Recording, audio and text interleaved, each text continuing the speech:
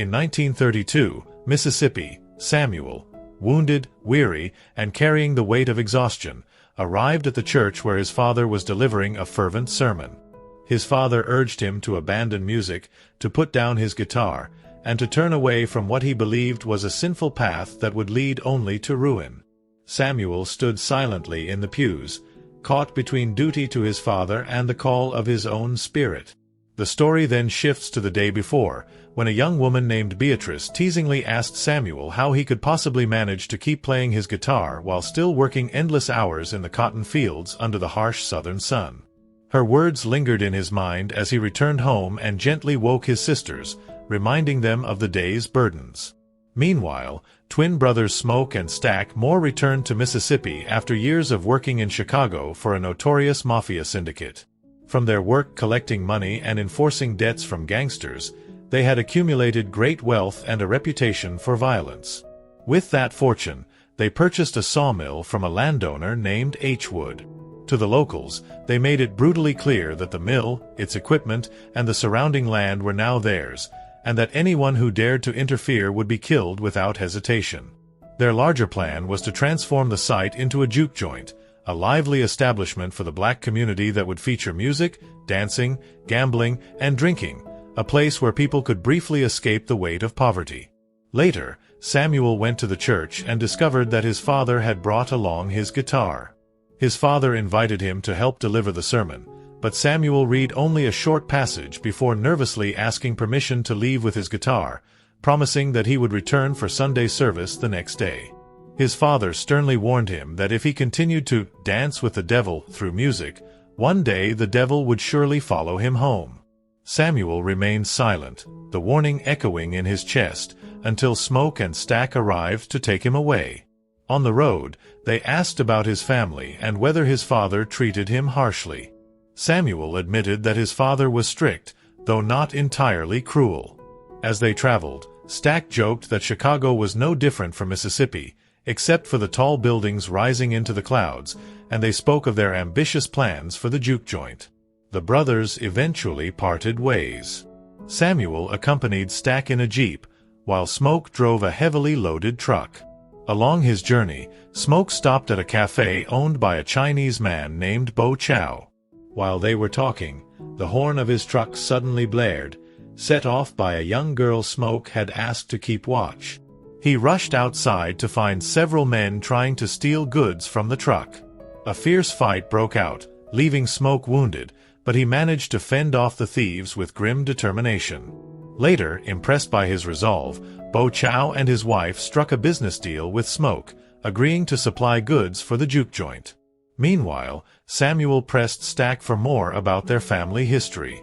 Stack revealed with bitterness that Smoke had killed their father after the man attempted to beat them, something he had done often, especially towards Stack. Afterwards, Stack asked Samuel to show his musical talent.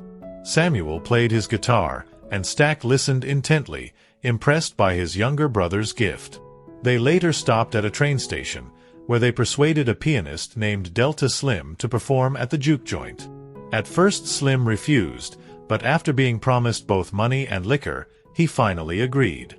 There, Stack also began inviting others to the upcoming grand opening, spreading word of the celebration. During their travels, Samuel encountered Perline, a singer who was married but nonetheless drawn to him, their connection sparking quickly.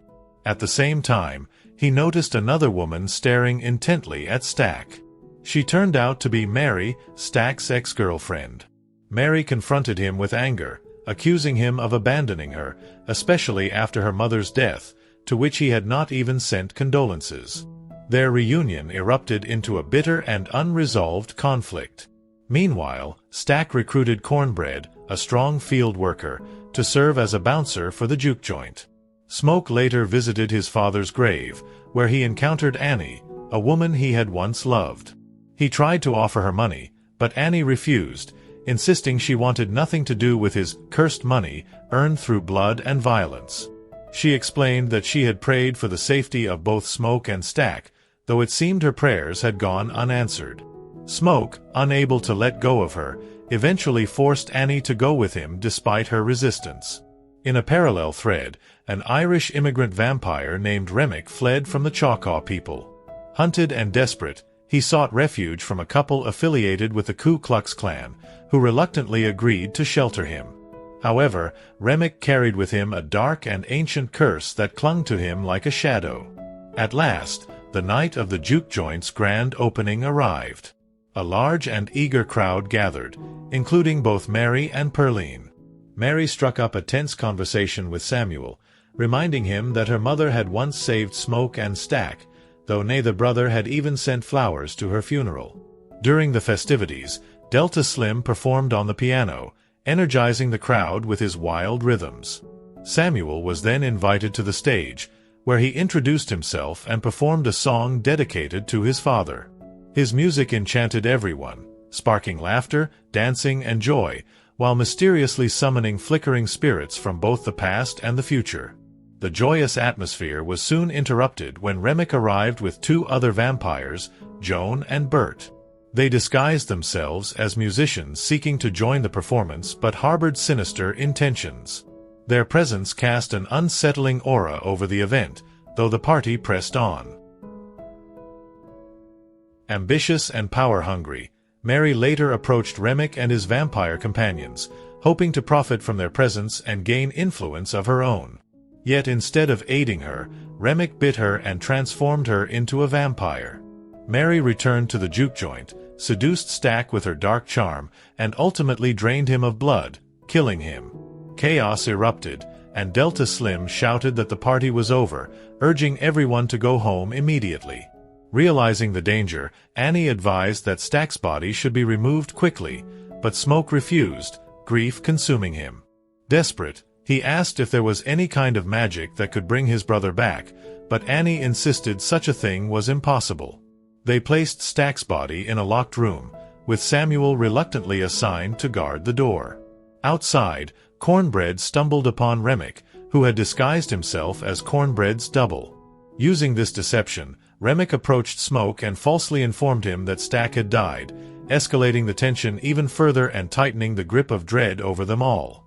Annie grew suspicious of Cornbread and asked him directly if he was one of the white men. She firmly refused to let him in and warned everyone inside to stay alert and cautious. Cornbread tried to convince her otherwise, reminding them that he had been coming and going all day without ever needing permission, even asking if he could at least collect the money owed to him. But the situation grew more tense with every second.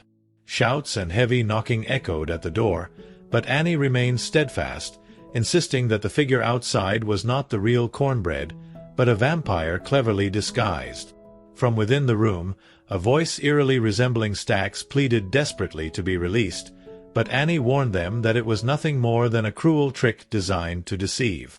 Bo Chow's wife then wanted to rush outside after catching a glimpse of Bo Chow himself, but the others restrained her, begging her to remain inside and wait until sunrise when they would be safer.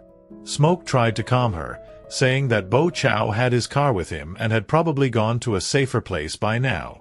Annie took this moment to explain to everyone that in order to kill a vampire, they would need garlic, wooden stakes, silver, and holy water. She went on to say that vampires were the vilest kind of creatures, capable of switching places with a human soul.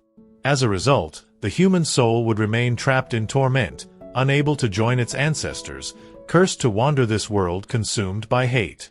Smoke asked quietly if there was any possible way to bring back those who had already turned, but Annie shook her head and replied there was none. Even if Remick were destroyed, it would not restore those he had cursed and changed. The only way, she said, was to release their souls completely from the ancient curse. According to Annie, vampires could be killed by the pure light of the sun or by driving a wooden stake straight through their hearts. Smoke felt a crushing weight of regret, confessing that despite protecting Stack from evil all these years, his brother had still fallen victim. Samuel blamed himself in turn, admitting that his father once warned him that his music carried the power to summon the devil. But Delta Slim spoke firmly, reassuring Samuel that the devil would have to go through him first before ever touching Samuel or anyone else, for Slim had faced such darkness many times before and was not afraid to do it again. Annie then turned to Smoke and asked him to promise that he would release her if she ever turned into a vampire herself. She also urged everyone to swallow a clove of garlic to test if any of them had already been tainted. Perline hesitated, wrinkling her nose at the thought because she despised the taste, but the others insisted until she reluctantly obeyed. Just then, another voice echoed outside, this time resembling Bo Chow, calling for them to come out and take the waiting car, its engine already running so they could escape. But it was obvious to Annie that this was nothing more than another trap. Remick soon revealed himself, threatening that if they did not open the doors and allow the vampires in, he would turn Bo Chow's innocent daughter into one of them. Grace began to sob uncontrollably at hearing such a horrifying threat. Remick then declared that his true purpose was Samuel and his music, for he intended to use its mystical power to summon his lost people back into the world. Samuel, with quiet resolve, prepared to sacrifice himself, but Smoke and Delta Slim immediately stopped him. Delta stood defiantly and told Remick that Samuel was one of them, and under no circumstances would he be handed over. Enraged, Remick revealed another dark truth. Hogwood was the Grand Dragon of the clan group and was already preparing to launch an attack on the juke joint. By the next morning, Stack and Mary, both now vampires, appeared before the survivors and tried to persuade them to join their ranks. They promised eternal life, endless pleasure, and a new world free of pain if everyone would simply give in and become vampires. But Smoke and Delta rejected the offer outright, slamming the doors shut and locking them tightly against the night. Grace, now drowning in fear and desperation, began to unravel. She demanded that Smoke give in to the vampires' demands, warning that otherwise they would all, her daughter Lisa included, be turned into monsters. Her anger boiled over as she accused Smoke of doing nothing, pointing out that he once shot 2 men for the mere offense of touching his truck, yet now he stood by silently even though his own brother had been killed. Consumed by rage, Grace finally lost control, flinging open the door and inviting the vampires inside, forcing the survivors to brace themselves for an all-out battle.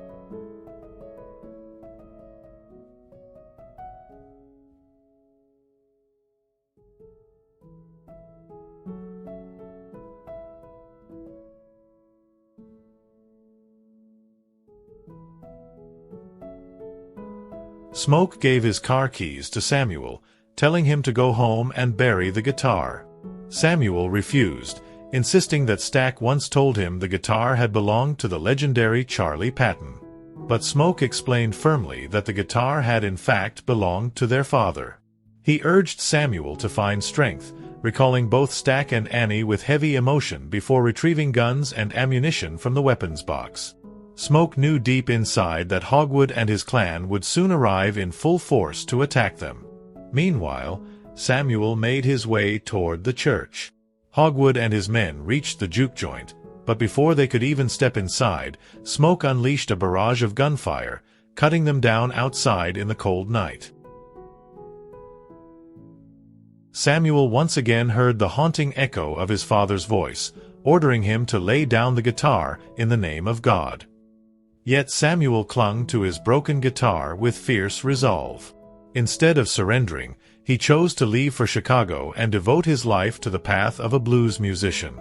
60 years later, in 1992, Samuel, now an old man, was seen playing his guitar on a dimly lit bar stage, pouring out the blues from his soul. After finishing his performance, he sat at the bar with a drink, only to be stunned when Stack and Mary suddenly walked in, still appearing as young and vibrant as the day he last saw them. Samuel was shocked and confused to see them alive after all this time.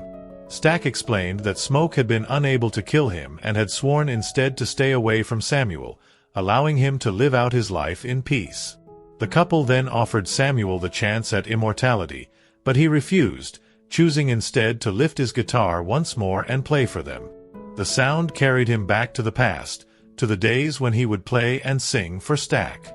Stack reminded him of the promise he had made long ago, to let Samuel live his life undisturbed, though now his remaining days were few.